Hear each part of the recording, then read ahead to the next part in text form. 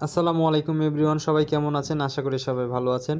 তো আজকে শুক্রবার ছুটির দিন। তো আমি ভাবলাম কেননা প্রতিদিন আমার ওয়াইফ রান্না করে, তো আজকে তাকে একটু সারপ্রাইজ দিই।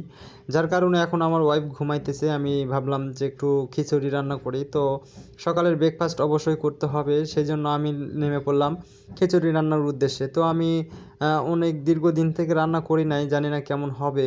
তো তারপরেও চেষ্টা করছি যাতে ভালো হয় এবং ভালো করে রান্না করার চেষ্টা করব। তো আমার ওয়াইফকে একটা সারপ্রাইজ দেওয়ার জন্য আমি রান্না বসিয়ে দিলাম। তো জানি না আমাদের এই ভিডিওটা কেমন হচ্ছে, যদি আপনাদের কাছে ভালো লেগে থাকে অবশ্যই কমেন্ট করে জানাবেন। আর সবাই আমার ফেসবুক থেকে দেখে থাকলে অবশ্যই ফলো দিয়ে রাখবেন। প্রতিনিয়ত আমরা ফানি ভিডিও তৈরি করি, এখানে মূলত ফানি ভিডিও বানানো হয়। আর আমাদের ইউটিউব থেকে দেখে থাকলে অবশ্যই ইউটিউব চ্যানেলটিকে সাবস্ক্রাইব করে পাশে থাকবেন। আর টিকটক তো অবশ্যই টিকটকে ফলো দিবেন, সাপোর্ট করবেন, এটা আমাদের কাম্য।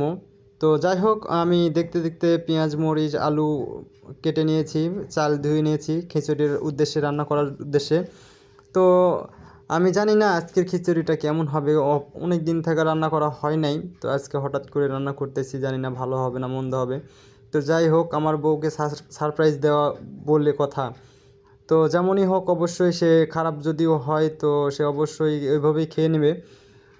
তো এখন পর্যন্ত সে ঘুমাইতেছে, এখন বেলা বাজে 10টা, তারপরেও আমি একটু চাল টাল মেখে খিচুড়ি তুলে দেব। তো আপনারা সাথে থাকুন, দেখতে থাকুন। তো প্রায় খিচুড়ি শেষ, আমার রান্না শেষ হয়ে গেছে। তো এখন আলিপের আম্মুকে ডাকার পালা। তো চলুন আমরা ডেকে নিই, সে এখন ব্রাশ করতে গেছে। তো আমি খাবারটা রেডি করে ফেলাই, সবাইকে একটু খাইতে দিব। তো আমার পোলা আছে, সেও কেবল উঠলো, ব্রাশ করবে, ফ্রেশ হবে। তো আমি এখানে খিচুড়ি রান্না করছি, দেখতেছেন কেমন হয়েছে খিচুড়ি। তো অনেক মজার একটা খিচুড়ি রান্না করেছি, জানি না আমার ওয়াইফের কেমন লাগবে, আমার কাছে তো বেশ ভালোই লাগছে। আপনাদের কাছে কেমন লাগে অবশ্যই কমেন্ট করে জানাবেন। আর আমাদের সাথেই থাকবেন সব সময়, ইনশাল্লাহ।